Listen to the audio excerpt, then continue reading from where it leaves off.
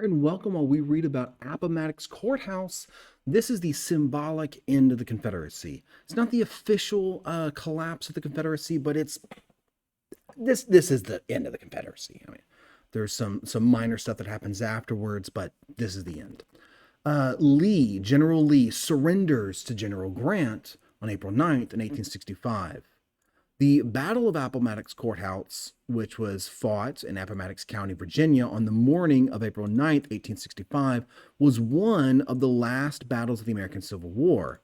It was the final engagement of Confederate General Robert E. Lee and of his very famous Army of Northern Virginia before it surrendered to the Union Army of the Potomac under the commanding general of the United States, Ulysses S. Grant. Lee, having abandoned the capital of Richmond, Virginia after the 9.5-month siege of Petersburg and Richmond, retreated west, hoping to join his army with the remaining Confederate forces in North Carolina, the Army of Tennessee, under General Joseph E. Johnston.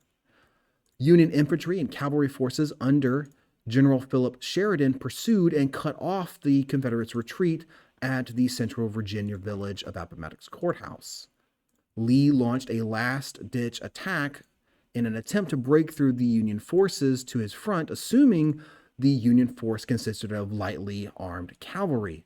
When he realized that the cavalry was now backed up by 2 corps of Federal infantry, he realized that he had no choice but to surrender, with his further avenue of retreat and escape now cut off. Basically, he was militarily surrounded and nowhere to go. The signing of the surrender documents occurred in the parlor of the house owned by Wilmer McLean on the afternoon of April 9th.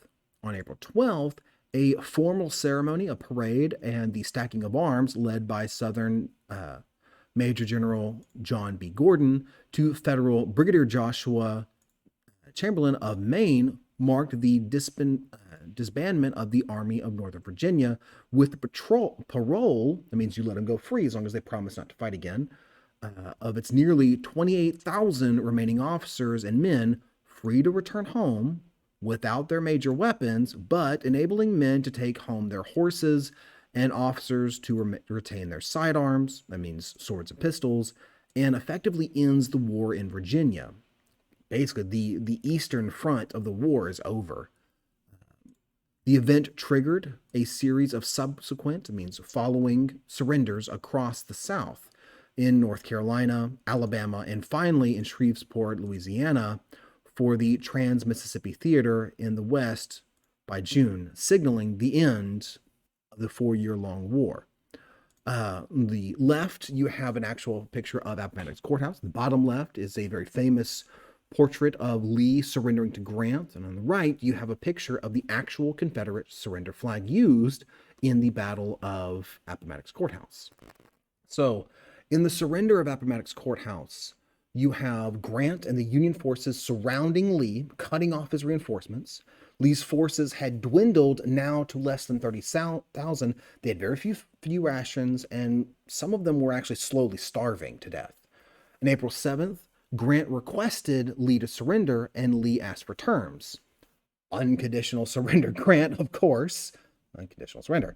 Lee met Grant in Appomattox Courthouse and quickly came to terms on April 9th, 1865. The terms of surrender were that, 1, Lee's soldiers would be paroled to return home. It means allowed to go home. Officers would be allowed to retain their sidearms. It means give them some dignity. 3, all soldiers could retain their private horses and mules, and 4, all equipment was to be surrendered. So if it wasn't a soldier's personal property, it was to be handed over to the Union Army. But if it was your personal stuff, you got to keep it outside of, you couldn't keep a cannon.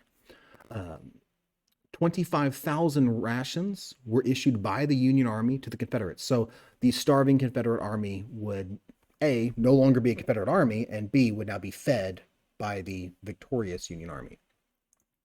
The surrender happens in Appomattox Courthouse. This is the McLean House of Appomattox Courthouse, April 1865. This is a photograph of it. This is the famous portrait has Lee and Grant shaking hands, but when they actually signed the documents, they were sitting at different tables and they had men pass the documents between them.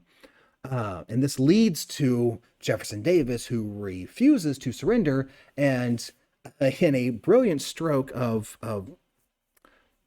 sarcastic brilliance, he ends up having to dress up as a woman in petticoats and all to run away. And he is eventually captured. So proud Jefferson Davis ends up dressing like a woman and running away.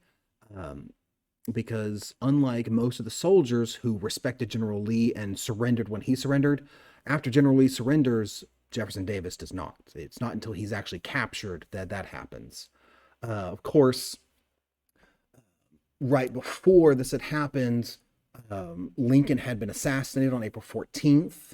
Remember, he'd been assassinated by who we're going to read about next, John Wilkes Booth, and this leads to the end of the war. One of the morbidly fascinating things is to take a look at this graph. Look at the total Civil War dead versus the total of all other U.S. wars, the casualties, the actual dead, not just wounded, but actual dead. Yeah, it's pretty ridiculous. But if you are looking to answer why the North won, it's really not that complicated. The South made more cotton than the North, but they made literally nothing else more than the Union. The Union and the North had all of the advantages. The North fought this war effectively with one arm tied behind their back.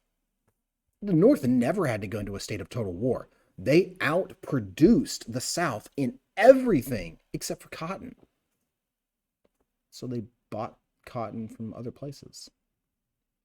I hope you're learning, and I hope you're having fun.